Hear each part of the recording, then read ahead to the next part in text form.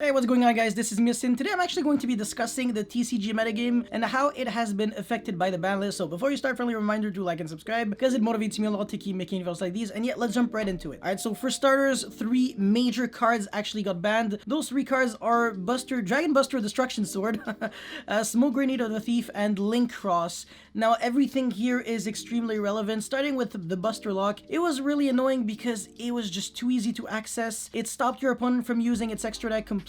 So if your opponent didn't have like a kaiju or a back row removal in some form of way, well, it was just impossible to get rid of because it's in the spell and trap zone. And also, the opponent actually had negates to protect this card. So it's kind of a huge problem, and this card never really deserved to live as soon as Union Carrier actually started becoming a thing in Yu-Gi-Oh! So we're definitely all glad that this card is dead, and this actually does mean that Dragon Link is significantly weaker now, and not to mention that Link Cross was a card that was played in Dragon Link, so that makes the combo significantly worse as well. And Smoke Grenade could be played not only in Dragon Link but also in Infernobles. Actually, it was significantly better in Infernobles because it was easily searchable with Roland, and then, you know, you pop it with Shalaban. You look at your opponent's hand, you remove, you know, sometimes maybe 4 cards or even more if you combine like Dolphin and Smoke Grenade. So your opponent just started his turn with no cards, and how are you winning through multiple interruptions? Burl Savage, a pop, with basically nothing to play with. Obviously, it's not fair. So now that you actually can access your extra deck and also have like an actual hand, you know, like 6 cards instead of just 2, some cards are significantly better now, such as Super Poly, Sphere Mode,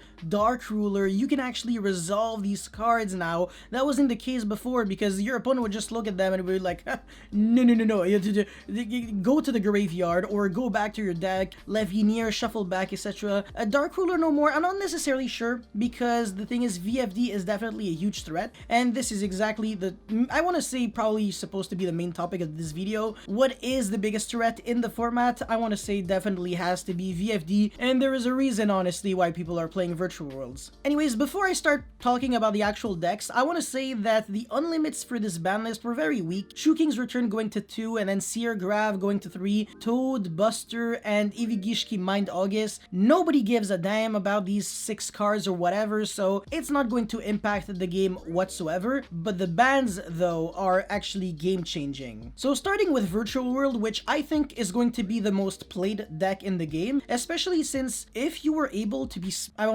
if you were able to actually invest in this deck early on, if you were smart and actually kind of noticed the trend in the OCG, you would probably be able to get this deck very, very, very cheap, because let's face it, Lulu was pretty much like $3-4 on initial release or something super cheap. And now if you're trying to pick up the deck now, it's basically just already too late. Just really sad. But this deck, the reason why it's so good is because it makes VFD and has access to Virtual World Gate Chooch, which is a continuous trap card that allows you to destroy a face-up card on the field during either player's turn by shuffling back 2 of your banished Virtual Worlds into your deck. And this is kind of better than you think because you can also pop your own cards. So if your opponent tries to negate your VFD with a card like Infinite or Forbidden Drop or something like that, you can just pop your own VFD, and since it gets destroyed, it doesn't get negated. Since it leaves the field, it's no longer targeted. Well, I mean, it's targeted, but it kind of becomes like a different monster when it leaves the field. So because of that, it successfully resolves. Your opponent basically has to skip their turn, and next turn, well, you have a battle phase. Your opponent just couldn't actually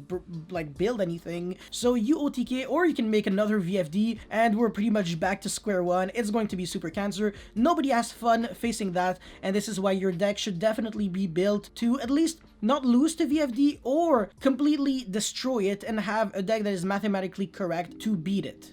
Now, something that I think makes a lot of sense that people actually might be catching up to this is the fact that Drytron can actually search Herald of Orange Light, and this is a card that Virtual World absolutely cannot dodge, because even if they try to use the trap, well, it doesn't matter. Your card is legit getting negated completely. Like, the effect of the card is getting negated. It's not really like I'm using a proactive negate like Infinite or Forbidden Chalice, which then you can actually destroy yourself since, you know, it actually targets. Herald of the Orange Light is a different story. category. So Drytron definitely going to be a slightly better deck because of the fact that it can actually have a decent matchup against most decks, and the fact that it can go first to make Vanity's Ruler and search hand traps to protect your Vanity's Ruler kind of fits in the same category as Virtual World making VFD plus ways to protect VFD or kill after that. So also, you don't have to, just don't forget that Vanity's Ruler is only the opponent cannot special summon, so you can summon Vanity's Ruler and then keep comboing from there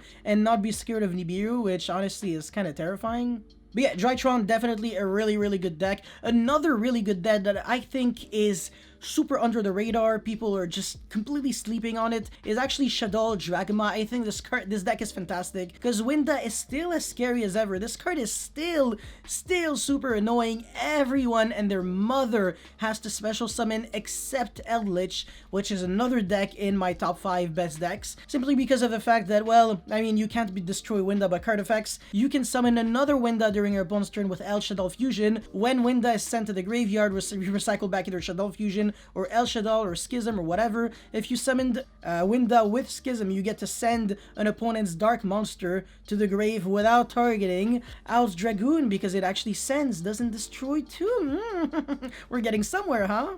Yeah, Shaddoll Dogmatika, absolutely fantastic deck. I love it so much. Another deck that obviously people are kind of aware of is Zoodiac. You know, a single card kind of breaks a full board, but realistically, how good is it, honestly? Because when you think about it, the best decks in the game don't even allow you to play the game anyways. It's not really like they made a board full of reactive negates that are just like, oh, I'm just waiting until you can Negalogia, use the effect 3 times in one chain, and then I die. No. Vanity's Ruler prevents you from even doing anything with your 1-card combos, so can't really play there. And then, of course, you have VFD, which prevents you from attacking. Since you can't attack, you can't make Negalogia. And what's the best thing that you can do? Drytron Pass? I mean, sure, but then, you know, Chooch can just deal with anything you can kind of do, so it's not the most terrifying thing out there. You really can't use any effects. I still feel like Zoodiac have a long way to go, and I want to say they pretty much have a lot of uphill battles. If they go second against Eldlich, it's a really huge issue, and if they go first against Eldlich,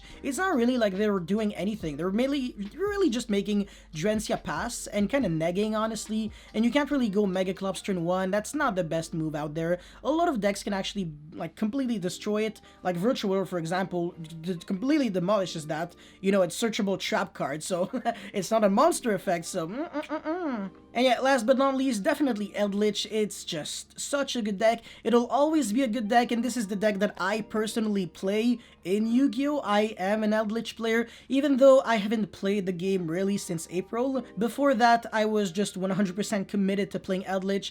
I used to play like several hours a day, so I know the deck inside and out. And this is why I actually said Conquistador at 1. It would completely destroy the deck for bad players, but if you're a really good player, it's not the end of the world.